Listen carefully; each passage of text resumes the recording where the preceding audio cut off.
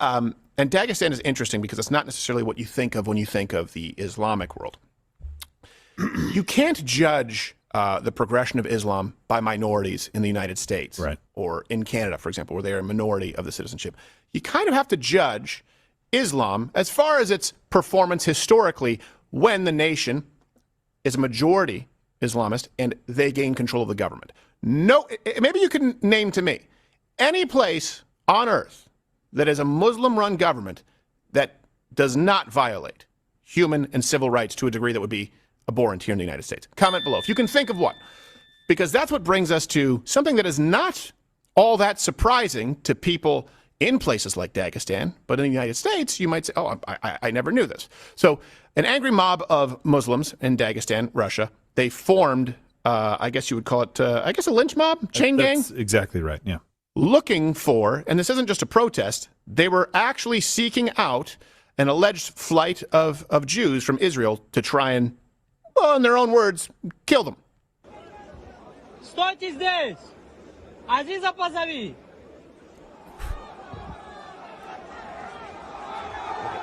Аллаху Акбар!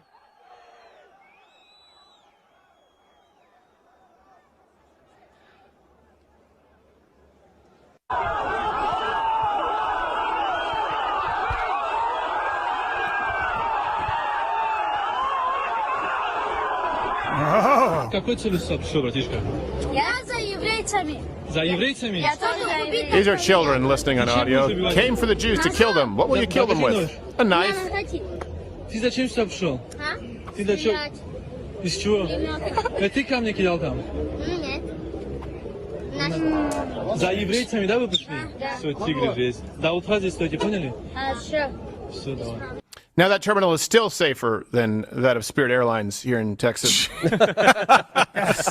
60 people were arrested in the, let's not call it riot, let's call it attempted murder of Jews. Used to be if you wanted to kill Jews in an airport, you'd have to connect in Fort Lauderdale, and now you just, hey, Dagestan works. Dagestan, I guess, yeah. It's a country where the national sport is MMA.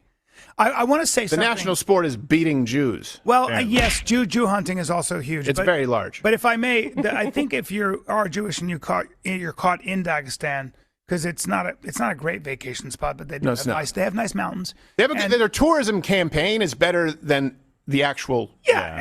Okay, so everybody, Steven Crowder issued a challenge asking what predominantly Islamic countries are there that do not violate human rights.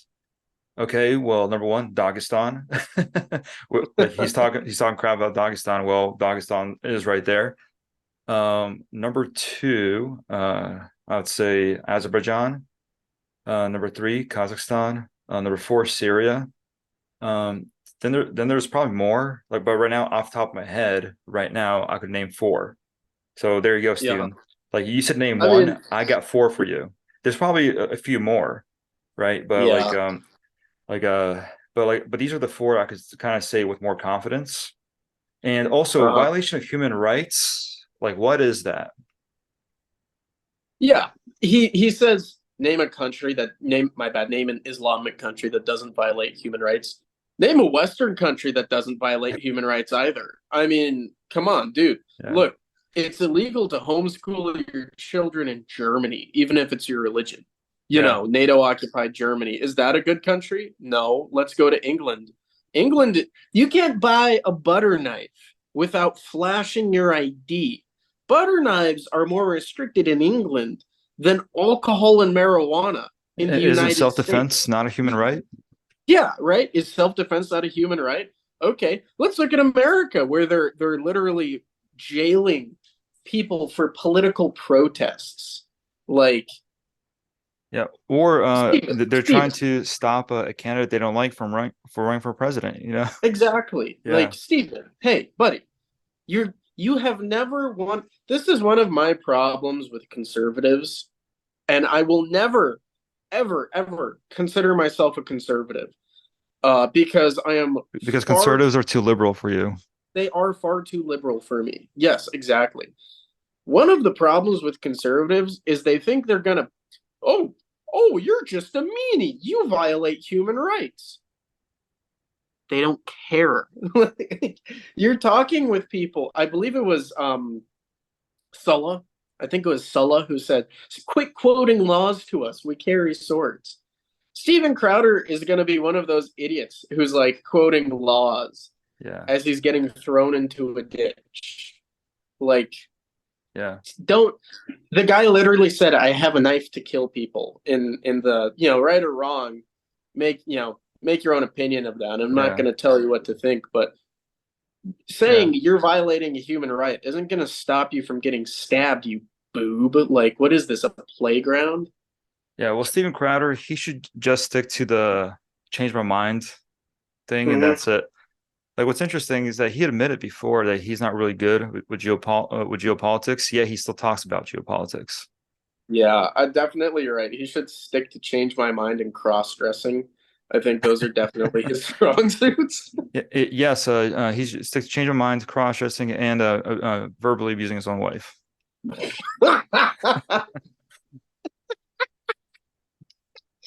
And honestly, here's the thing. Like, I was not surprised when I saw that video with his wife. And honestly, like it's one of those rare, very, very rare moments that I was on the side of the woman in this argument. I was like, okay, you know what? Like, I know these people. Like, I experienced this on the opposite end, right? Where basically the woman was acting like Steven Crowder. Right? Yeah. And you know, like, I mean, like, and men go through this a lot. Men go through a lot of this abuse, right? And then like, and then I just saw like just the reverse in this situation, and I'm thinking, okay, I'm witnessing the reverse situation. Steven Crowder is actually the bad guy here, and like, what do you like? And like, but then I'm thinking, it's not a surprise. It does not surprise me because his behavior in public also just kind of confirms that, yeah, he is the bad guy in that relationship. He is 1000%. You know, there's a lot of different personality types in the world, right? And no single personality type is wrong, but there's a few that are just annoying and obnoxious. And Steven Crowder is 1000% the I'm a nuisance. His entire personality is I'm a public nuisance, right? These you'll see these YouTubers and online personalities, and their whole personality is being loud and doing this, right? And then just being obnoxious. And they try to have these gotchas, like, oh, you violated human rights. They don't care. Like, that's only an American concept, and even then Americans don't even follow it. So, like, cool, dude, you didn't point out anything. Are you gonna declare that it's like, are you gonna walk out in the rain and be like, oh my God, the sky is falling? Like, no, Steven, just shut up. Yeah, but anyways, like, he was very disappointed with this whole Dagestani attack on this Russian airport. And what's interesting is that I would say the Dagestanis how do you say, like, I still don't support what the Dagestanis did, because what they've done actually just made Russia worse. By the way, Steven Crowder, when he's talking about this, you guys notice in the video, he goes, so anyways, in Dagestan, Russia, right? Steven Crowder doesn't understand that the Russian Federation has within it certain autonomous regions. And Dagestan is basically an autonomous region within Russia. So when I listed Dagestan, it's like when I said Dagestan is one of those countries that does not violate human rights, I'm correct, because Dagestan is in the Russian Federation. Now, some idiots out there will say, well, Russia violates human rights, blah, blah, blah, blah, right? But in reality, like, when it comes to just like respecting the rights of women and all that stuff, right? Well, Dagestan is located inside the Russian Federation. So there is a federal constitution that Dagestan still has to uphold and honor. And on top of that, Dagestan is not like some kind of, it's not Saudi Arabia, right? Like, you're not going to see like you'll see women, voluntarily put on hijabs, whatever, but it's not like something enforced legally. Yep. Well, it's the whole, I feel like conservatives absolutely loathe the hijab. In reality, 100 years ago, 100 years ago in Europe, well, more like Yeah. 120 because the 20s were completely degenerate. But 120 years ago, they didn't call it a hijab, but forms of veil or head covering was very, very common in European society. It's still even very common. Well, it's very Poland, common Italy. in some conservative Roman Catholic churches, and Yes. it's very common in Orthodox churches. Yes, parts of Italy, Romania, Poland, Russia, Belarusia, Ukraine. Ukraine. Yep, you have these places where it's very common. Of course, if you walk into the worst cities, you're not going to see it, but it's very common in the normative rural cultures to have women wear a head covering. And when conservatives see women who aren't, this is why, like you said, conservatives are just liberals going the speed limit. Conservatives will see women in hijab or head covering, and they'll be like, "Oh my God, your human rights are being violated." No, she's just not a thought. Yeah. Calm down, Yeah. Steven. An Orthodox friend of mine, she posted something on Facebook about her mom, how like her mom's some kind of like Protestant, right? Or some kind of Roman Catholic, whatever, but probably more liberal, right? And she got this like veil to put over her head, and her mom's like, "Oh, why are you wearing this? You're not a Muslim." Oh my Lord. She's like, "No, yeah, I'm not a Muslim. I'm an Orthodox Christian." You know. It's in Leviticus to have women do that. Well, to be fair, a lot of American conservatives are Protestants, and a lot of Protestants don't really read the Bible. Yes. I mean, That they is read the Bible out of context. Let's say silly. that. They read the Bible out of context. Silly me to think people actually read their holy texts. Yeah. So anyways, so going back to the Dagestani situation, I'd say it was also dumb on their part because Yeah.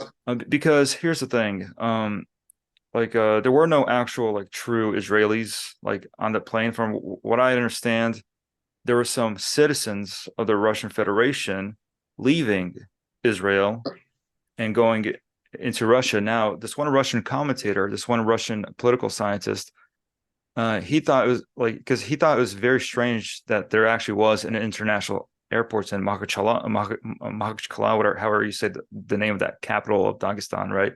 Makhachkala, right? And so he's really surprised to find out that there actually was some kind of international direct flight from Makhachkala to Israel and back. He goes, "This is like news to me," right?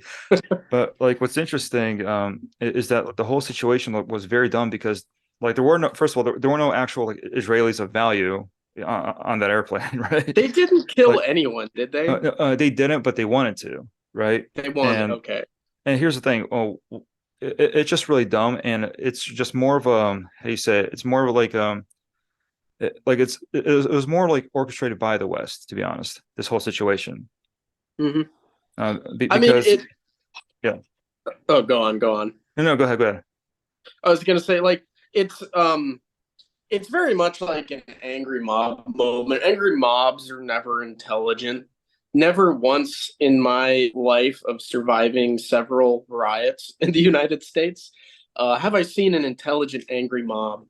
It just seemed kind of out of color in Dagestan of all places. Yeah. Too. Well, the thing is, basically this was orchestrated by the West anyway, because Ilya Ponomarev, he's ex-Russian politician who was anti-Putin, and like he's currently working for the SBU in Ukraine, and he admitted that he runs the Dagestani Telegram channel where he would update people with news, and then he told the Dagestanis who are following the Telegram channel, and then of course they would spread the message to their friends beyond Telegram, right? Wow. He would say, "Oh, there are some Jews flying in from Israel, and you got to stop them," right? And here's the problem with Dagestanis, right?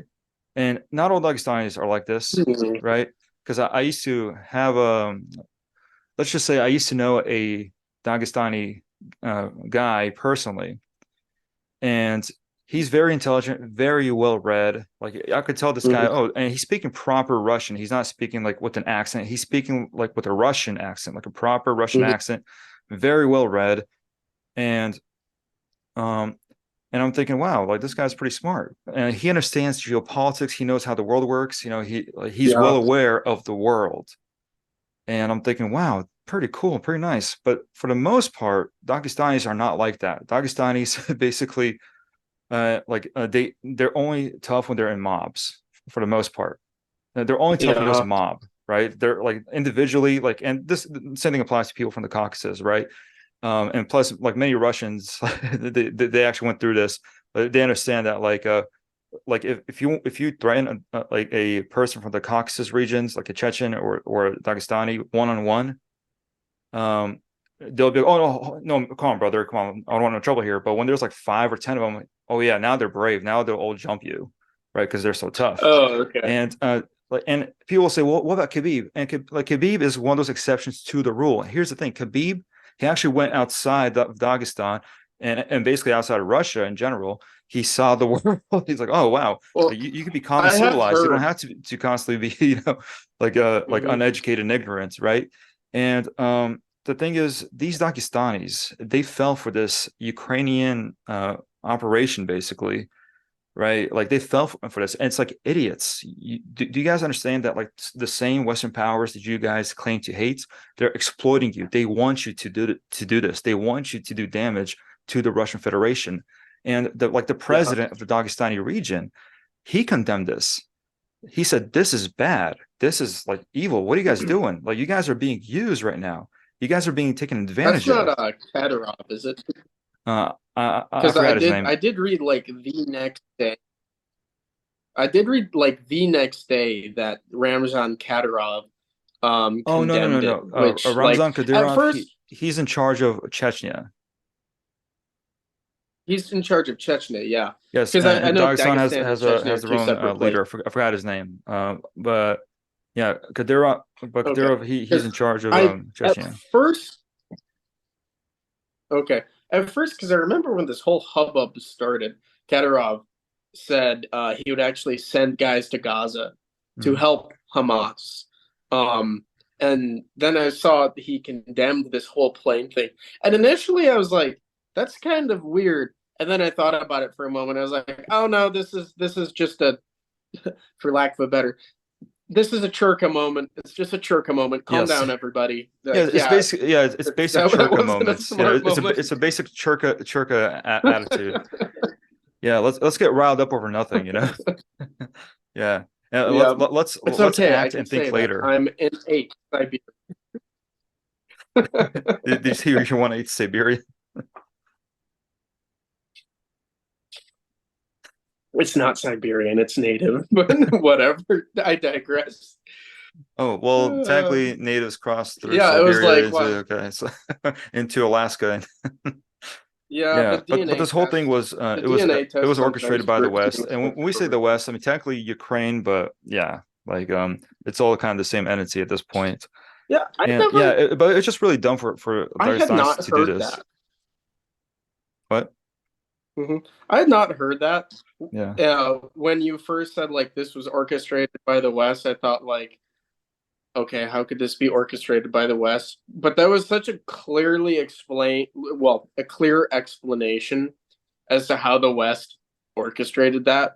Like, that is incredibly clear. Like a blind squirrel could see that. Yeah, so the whole instigator, Ilya Ponomarev, he's in charge of that Telegram channel where a bunch of Dagestanis were subscribed to, and then he spread this fake news on purpose. And the people on the airplane that were coming back, they were basically Dagestanis who were actually in Israel for some kind of medical treatments. I guess before this whole conflict started, like the whole Israeli-Palestine conflict, like before it started, they were just there for treatment, and then because they're citizens of Russia, they're leaving, right? And apparently there was an actual direct flight somehow from Israel to Dagestan, which and like I mentioned earlier, this one Russian political scientist, he was also surprised. He goes, "Wow, I had no clue we had such an airport," So like basically, yeah, like like the whole thing was just suspicious from the start, because I'm thinking, wait a minute, what is your purpose? You know, you're basically destroying an airport. Why? Right? Yeah. And It was- of course, mainstream media, they said, "Oh yeah, Russian pogroms are back. They're going house to house, destroying Jews." You know, like this is what it's done. Like basically, all this did was give Russia like more negative PR. Mm-hmm. And I mean, but to be honest, like people forgot about it, like what, within a day too. Oh yeah, it was in and out because nothing happened. Nothing happened. I feel like the threshold for Western media like actually remembering stuff is someone has to die, it has to be on video, or there has to be a body on video, and then like someone has to cry online about it. Those are the three criteria. And then of course Western media has to pick up on it, but it meets none of those three criteria. So it was like one day it was there, and then honestly I kind of forgot about it. Yeah. And I think basically the president of Dagestan just condemning the whole situation kind of made it, maybe had like a role in calming, pacifying some people. And of course, there were 60 people arrested. And Steven Crowder, he did not mention that the guys arrested are going to be in prison between 8 to 18 years in prison, like depending on who was caught for what. Yeah, well, like I think some of them were actually like violently resisting the actual like riot police. So yeah, like that could probably would add, I don't know, 18 years in prison right there. I saw a video. It's on Instagram. If you guys go to war.facts.by.max, it's on Instagram, right? War Facts. And this guy, like, he's neutral. Like, he's accused of being pro-Russian. He's not. He's just neutral. And it's not his fault that that Russians are winning in a lot of his videos, right? But he's just neutral. And there's a video from that airport in Dagestan, and with this one riot police guy, he like has this guy pinned down to the ground. Then he takes off his own helmet and starts bashing this guy's head. I'm like, whoa, like overkill. But then I'm thinking, I kind of get it. This probably some Russian guy who has some rage built up against against Churkas, right? He's like, you know what? This is my moment. Smash. I mean, that was a big crowd. That looked like at least 500 people. And you know what's funny is that like no one's stopping him. He's just like, he just takes off his helmet, and just bashing into the guys. Like literally, it made like the George Floyd situation look like like it made it like seem like a joke. You know, I'm thinking seriously, this guy, like, he just straight up like just bashing this guy's head. Yeah. You know? Like, I mean, wow. and I'm not even bothered when police do. If police are warranted, not a spy is a bootlicker, whatever. If police warrant beating someone up, I can't even begrudge them that. Yeah. Well, I mean, in that situation, it was highly warranted. I'm thinking, you're destroying your own airport. Here's the thing. Not only are you destroying your own airport, basically, it's going to cost money for your local government. The federal government might not give you subsidies because, you know, to punish you for a couple of years. Like, basically, you made it worse for your own people. You made it worse for your own Dagestani people. And even worse, like, on top of that, it's like you're not, with the current political climate, you're not just damaging your own local stuff. You might cause some kind of geopolitical quagmire, dude. Do you want that? No, you don't. Well, I think basically why this thing was orchestrated is just that people in Ukraine, especially Ukraine, they're trying to initiate some sort of rebellion and some sort of civil war in Russia. And of course, the hotbed for this is the Caucasus regions. Yeah. But here's the thing: Chechnya right now is super loyal. So let's go to the Dagestanis, who are not really friendly with the Chechens, despite the fact that both of them are Muslims, right? Yeah. But Dagestanis, you know, they still like have some sort of rivalry with the Chechens. So let's kind of start the flames in Dagestan and see where that leads. And of course, it led to nowhere.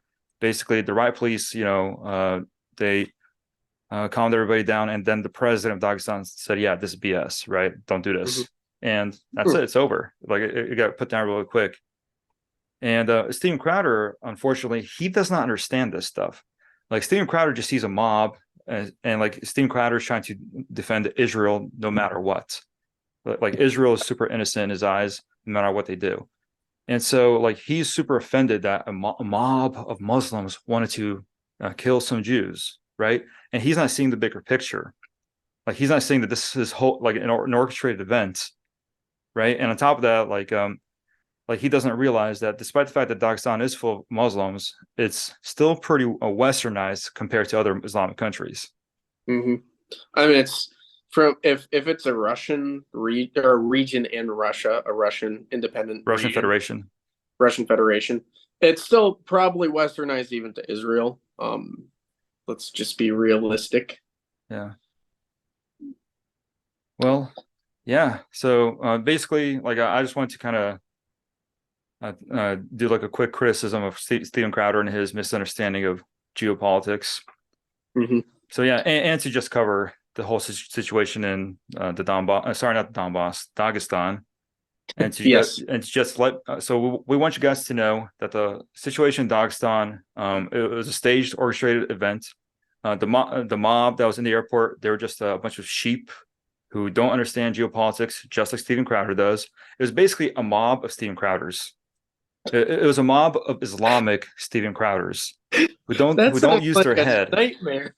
That Yeah. sounds like the worst thing I could ever come across in my life. So imagine Steven Crowder converts to Islam. He's super, like, I don't know, super, like he's just super Islamic. And Did they cross-dress? Did they have 50 clones of him? 50 clones of him, and they're attacking, and they attack some kind of airport, you know? If they cross-dress, it's an angry mob of Pakistanis. Good Lord. It's not something I want to deal with. Oh, wow. So cross-dressing Steven Crowder Islamists storm the airport in Dagestan. Like, imagine that. Well, basically, that's what it was. You know, Steven Crowder, like he's not a deep thinker, just like Dagestanis. They're not deep thinkers. They're basically mob mentality thinkers. Like a lot of them, unfortunately, still a lot of them are not well educated. Like they're not really aware of the world around them. And so, and I mentioned earlier, so I'm not saying all Dagestanis are like this, but a huge number of them are, unfortunately. And so Dagestan, this airport situation in I forgot the name of the city, Makhachkala, however you say it, right? Basically, they did not show any positive aspects about their nation. They basically made themselves look worse. Someone needs to put an embargo on Steven Crowder videos going to Dagestan. Why is that? First and foremost, because they clearly watch it. Oh, wow. So you're saying that basically, if you constantly watch Steven Crowder, your low IQ becomes the IQ of a Dagestani. And again, not all Dagestanis, not all of them. But yeah, we're mostly talking about that crowd right there. We're talking about that stupid mob that was right there, falling into a Western/Ukrainian trap, basically. I will say that was a lot of people. That looked like 500 people. Mm-hmm. But there were 60 who were arrested. So yeah, when you said 60 who were arrested, I was like, that's not that many really. But 8 to 18 years sentence. Okay, that's wow, that's quite a bit. Because like what a lot of people don't realize is when you have mass events with like 3, 4, 5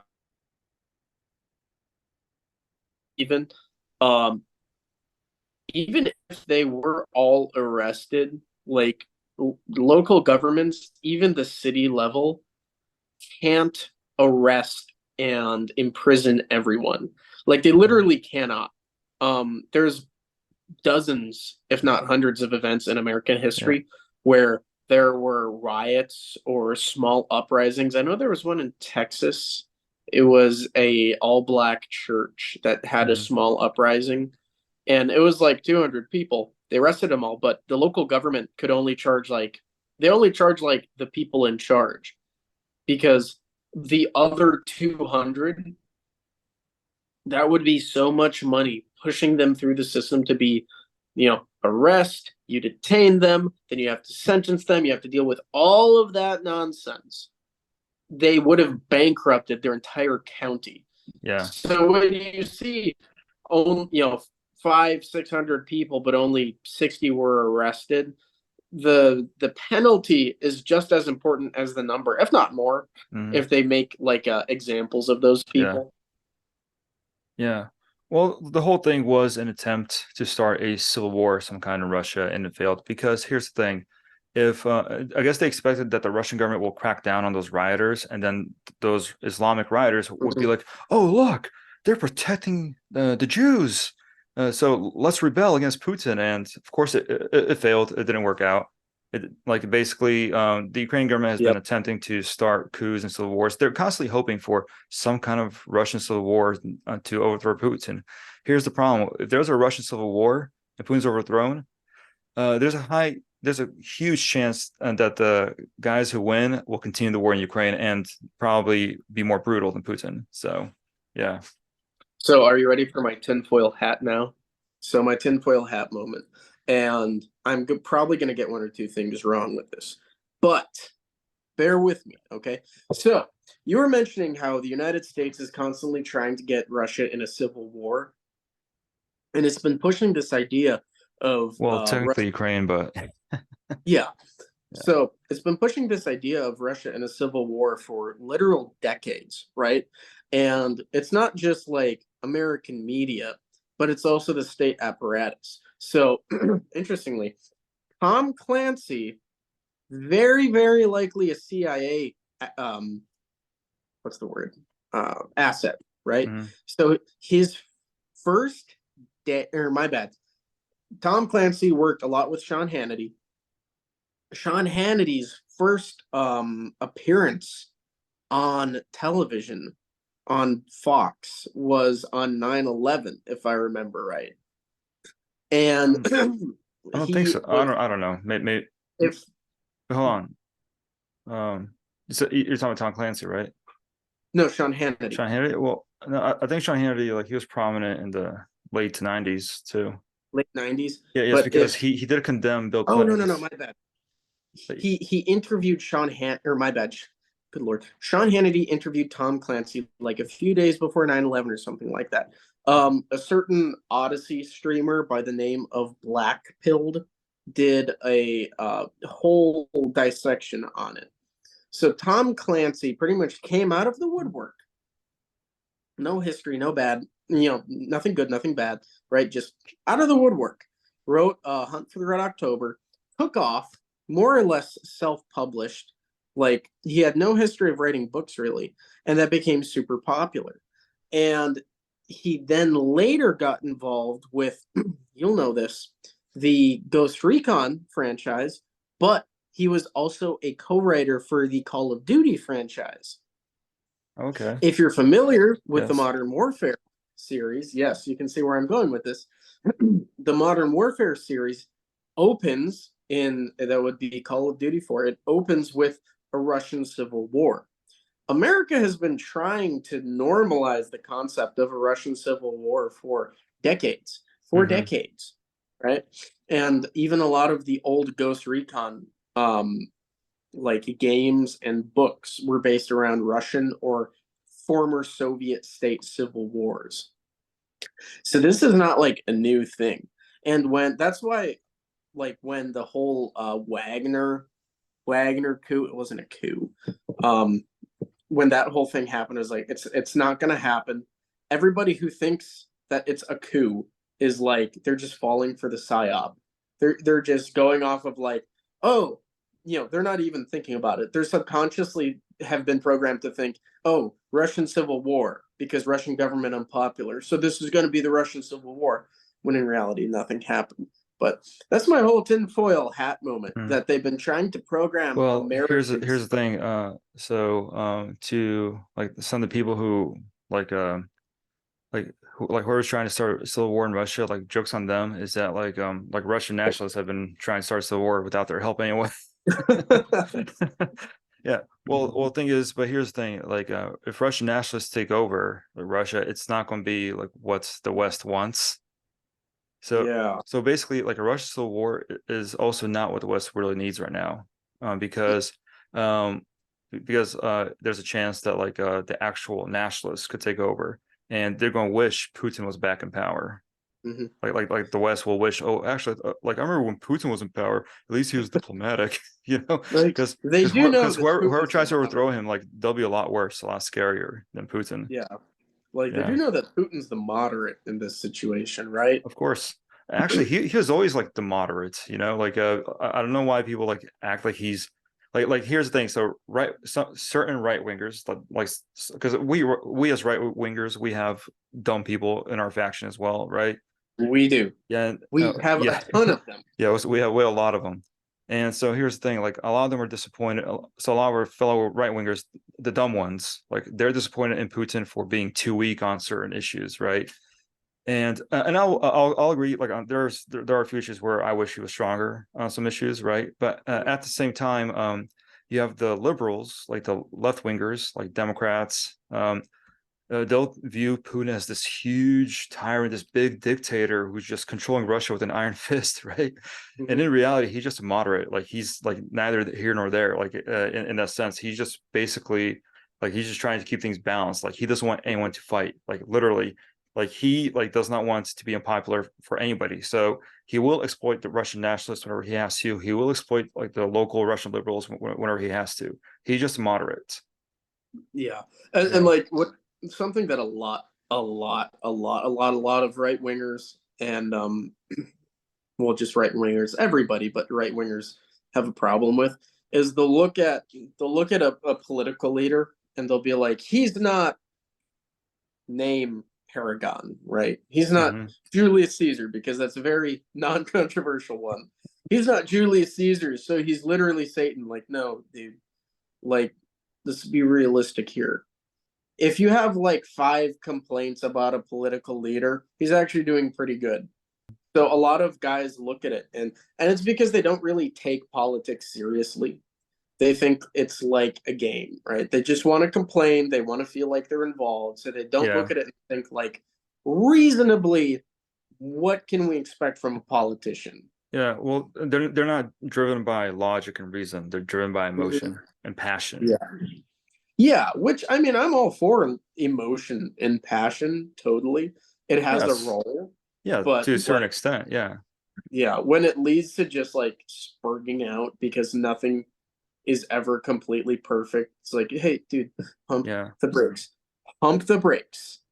I think if like anyone left or right, we can all agree that the two-party state or the multi-party state is kind of a dumb thing, and it's proven itself repeatedly, because one of the problems with the multi-party state, I should specify, because this happens with like in Europe, they need to work big coalitions, and by the time that they make a coalition and they've won, nobody can agree because you're pulling together so many people.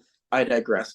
One of the big problems with the two-party state in the United States is that like they don't even care. They don't care about us. They don't care about you. They don't care about me. They care about beating the other party and staying in power. And they'll say, like, this is one of the reasons I just don't vote anymore. I do vote. I vote for the goofiest, most chaotic candidate at this point. Yeah. But like, his name is Donald Trump. I will be probably voting for him. But you know what I mean? Like, these parties spend all of their energy and effort just trying to win, and then once they've secured their pensions, they don't even care about us anymore. And yes, it would be unfortunate there would be a lot of blood. If America went to war with Mexico to fix the drug problem, there would be a lot of dead people on both sides. The cartels have already said that they would pump the market with fentanyl, and it'd be like a cold shower to the American population. But ripping band-aids off and all of that, like, it would need to get done. If it were to snap, fix the problem, get rid of that issue, and then put up an actual wall, they would cut down 99% of the drug trafficking. The Republican boomers are trying to basically do the Steven Crowder technique. Oh yeah, Mhm. let's have a dialogue about this, right? Yeah. And the Democrat baby boomers are saying no dialogue, and also we're going to let in more migrants into this country, and there's nothing you can do about it. Mhm. Yeah, so yeah, like both parties are useless. We see Republicans blaming the Democrats for being so weak and blah blah blah blah. Democrats are one of the biggest Zionists ever. Yeah. Yeah. I mean, the both parties are absolutely like as Zionist as you can get. Yes. Yeah, and Joe Biden, like he said in the 1980s that he is a Zionist. And Mhm. yeah, and many other prominent Democrats, Nancy Pelosi, she said that she supports Israel, and I think she said something about supporting Zionism. So I yeah, know a lot of them have pretty much said over the past like 5-10 years even. You don't even have to go back to the 80s. yeah. But a lot of them have said like Israel is first, America is second. Like, oh, that's Mhm. why our children are dying in the street from fentanyl. Thank Yeah. you. I appreciate it, guys. Thank you. Yeah, and thank you, Ronald Reagan, for releasing the mental people from the institutions. Oh, I hate Ronald Reagan Yeah, and so much. thank you, Ronald Reagan, for violating our constitutional rights to The bear arms. Yeah, the bear arms, basically. Like we cannot like own very cool weapons because of Ronald Reagan. We could honestly, that could be our next stream. We could just do a stream. Yeah, about why Ronald Reagan sucks. Ronald Reagan is the most Yeah. awful president potentially ever. I'll say he's so one of the worst. terrible. I'll say he's one of the Yeah. worst presidents we had. Yeah. Like, pick a problem of the sundry issues in America. You could probably blame it on Reagan. Crack, Reagan. Islamic terrorism, Reagan. Not being able to get cool guns, Reagan. Debt, Reagan. Like, Yeah. dude, that could be a whole episode right there. Yeah. So yeah, like basically, like Democrats. I mean, as much as I despise them because they're evil people, but like they're not wrong when they make fun of Reaganomics. Mhm. Like they have a point. Yeah, Reaganomics is like the most crackpot, stupid idea. Reaganomics sounds like if a child has ever explained to you how the world should work, and you're like, "That's right, sweetie, that's a wonderful idea." But a grown-ass man who's president is like, if we just stop taking people's money, they'll have more money. It's like, Hmm. "Urgh." You mean if we stop taking money from the corporations, right? They'll have more money. Yeah, it's like very cool, Reagan. Yeah. Very cool. Yeah. Thanks for selling out to the corporations, bro. I am Yeah. Totally conservative. Totally conservative, man. Totally conservative.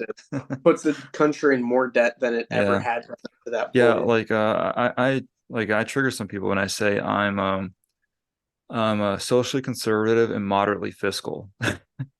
Or fiscally moderate. Sorry, fiscally moderate. Fiscally moderate. Yeah. Yeah, socially Because conservative and that's- fiscally moderate. So yeah, I don't want to say I'm that's fiscally a liberal. good No, one. baby boomers will say, well, if you're responsible, you would not be spending money on $12, Starbucks. You would not be spending like $19 on Spotify, right? Mhm. But here's the thing: we live in a time where it's not really worth saving money because you're still going to be broke, right? Yeah. Yeah. So millennials are thinking, you know what? I might as well buy that $12 cup of coffee at Starbucks. I might as well pay $20 a month for Spotify, right? Yeah. It's like I mean, what's the point? What's the point of trying to save money? You're still gonna be broke, because the cost of living is still expensive. You can't afford cost of living, so you might as well just enjoy what you have, right? That's the thing that a lot of baby boomers don't get. The cost of living and when I was your age, I bought a house and a car, and I put what's the joke? I came into town with $3 and I bought a house, a car, and I started a family, and I put the other $2 in savings. It's like, yeah, 100 years ago, before you shipped the damn factories across the seas, where we weren't, Dude, China, where you could live on that. Yeah, that was a thing. So many baby boomers, which is again unfortunate because they have no clue how it is for the other generations, and they won't even like let me live a day in your shoes. They're just so out of touch that they can't even grasp what it's Yes. like, you know? And unfortunately, we have millennial traders because, like Steve Crowder, I think he's a millennial just like me. I think he's a We- millennial. Yeah, we have millennial traders who support this baby boomer narrative. Now, the thing is, it's easy for Steve Crowder to support the baby boomer narrative, is because Steve Crowder, he's a millionaire. Yeah. And on Mhm. top of that, Steve Crowder never really worked like a real job ever. Like No. not that I know of, because his daddy, I think, was some kind of like worked in some kind of media, I think. And then he himself Mhm. started off as some kind of actor, some low budget films. Then he was also working on Fox News as like a young intern, and he worked his way up in Fox News. Then he basically started his own YouTube channel, and he had money already when he started his YouTube channel. He had some money already in his garage, but he never actually like worked. Like he never worked Yep. like he never worked like a person who represents working class. And so, and Steven Crowder, Not like, at I don't all. think he was ever working class. I think he started off as upper middle class, at least. Steven Crowder, he is dumb, and he should stay out of geopolitics. Yeah, Yeah. absolutely. Like, I mean, it's the same. You have this like class of millennial. millennial traders. Yeah. Yeah, I Yeah. what's the? I know there's a Russian word for it, like apparatchik. I think it is. Apparatchik. Yeah. Yeah, Apparatchik. like the Is that what you're people. trying to say? I think so. Yeah, like the Yeah. people who are like born and raised in the political class or something like that, right? I might be using it wrong. Yeah, you are, but yeah. Okay, Oh, I'm thinking of a different. like in the Soviet Union, a lot of people who were born into privilege in the Soviet Union, they were called like the nomenklatura. And I tried to look it up on like through translations, and it's not really translatable. And I was thinking, is it nomenclature? No, nomenclature has like a different meaning to it, so it's not that. But people of the nomenklatura, they were like basically the people in the Soviet Union who were born into privilege, like basically big politicians, and not necessarily politicians, people who basically like kind of were able to break through into, like, although there was like no classes, right? Like they still have privileged people there, and Yep. so Some are a lot more of the equal than intellectuals, others. a lot of the intellectuals, so they're like intellectuals who are poor, and then there are Yeah. intellectuals with lots of money, right? And so basically the ones with lots of money, they're part of that nomenclatura as well. So like it's not just people born into rich Okay. privileged families. There's also people who kind of like became that, like worked their way up to that position, right, financially, right? And like they had their privileges, their party privileges. They could travel to the West for vacation, right? Oh, okay. Yeah. And so yeah, so like basically these people that you're referring to, they would be called like nomenclatura. So I think what you're trying to say is that we have like an American version of this, right? Yes, yeah, and you have people like Charlie Kirk, which I can't confirm. I've met him a few times. That dude cannot have a conversation with a middle class person to save his life. Him and the Crowder types. A lot of people who are just they're grasping. They're grasping for like this guy is like us. No, he's not. No, he's not. No, he's not. Look, I know you guys want a hero. I know people want a hero. It's not Steven Crowder. Never has been, never will be. Throw a shovel at that dude and tell him to dig a trench. He won't know how to use the damn thing. Yeah. We should see if we can like try to contact one of the people from the Crowder saga and interview them. Oh, that'd be nice. So that would be interesting. We can pursue that. Yeah, sounds nice. Okay, so basically, any more commentary on the whole airport debacle in Dagestan? No, I stand with my previous point. Carthage must be destroyed, and Steven Crowder should stick to cross-dressing and abusing women. If he's gonna Wow. if he's gonna do anything, Yeah. he should stick to cross-dressing and abusing women. Yeah. Well, I would say that yes, the Dagestanis who took part in that charade, that debacle, like they should be ashamed of themselves because they brought shame to their own people. Yep. They brought shame to the Russian Federation, and they did not help their own brothers in Palestine in any way. Nope. Like basically, they made the situation worse. Morally speaking, they made the situation worse for their own Palestinian Muslim brothers. Now, me personally, I don't care about like Islam at all. Like I'm just worried about the Christians who are being slaughtered and murdered over there. Yes. And but I still believe that the Dagestanis, they're wrong. And like and I understand they're passionate and like passion, like we mentioned this earlier, passion and emotion, it's fine to a certain extent, but you have to have reason, you have to have logic. Yep. And the Dagestanis who took part in that airport situation were basically idiots, and they deserve, and those 60 dudes who were arrested, and honestly I say 60 is not enough, they should have arrested like all of them, but like but yeah, those 60 dudes, they deserve their jail sentences. Some got 8 years, some got 18 years. They deserve it. And so, yeah. So I guess, yeah, we covered like the Steven Crowder being idiots, and we covered Dagestan. So yeah, and all right, everybody. So don't have a churka moment. Don't yes. Yes, remember, guys, do moment. not have a churka moments. Don't act like churkas. and if you are a churka, stop acting like a churka and start learning. Start reading books. Here's the thing. If you're an actual churka, right? Stop acting like one and actually read a book. Here, you can start with this. Like, read a book, and believe me, like you'll be ashamed of your other fellow churkas. So don't act like a churka, you know. Right. And I say this with love. I say this with love. Please, like, don't bring shame to your fellow Churka people.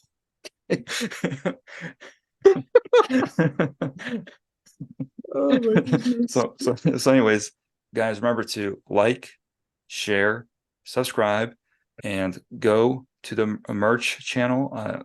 Support the Go channel. to the merch store. But I'll have the link to the merch store. Go there, support the channel. We need your support. And God bless you guys. Be safe, people.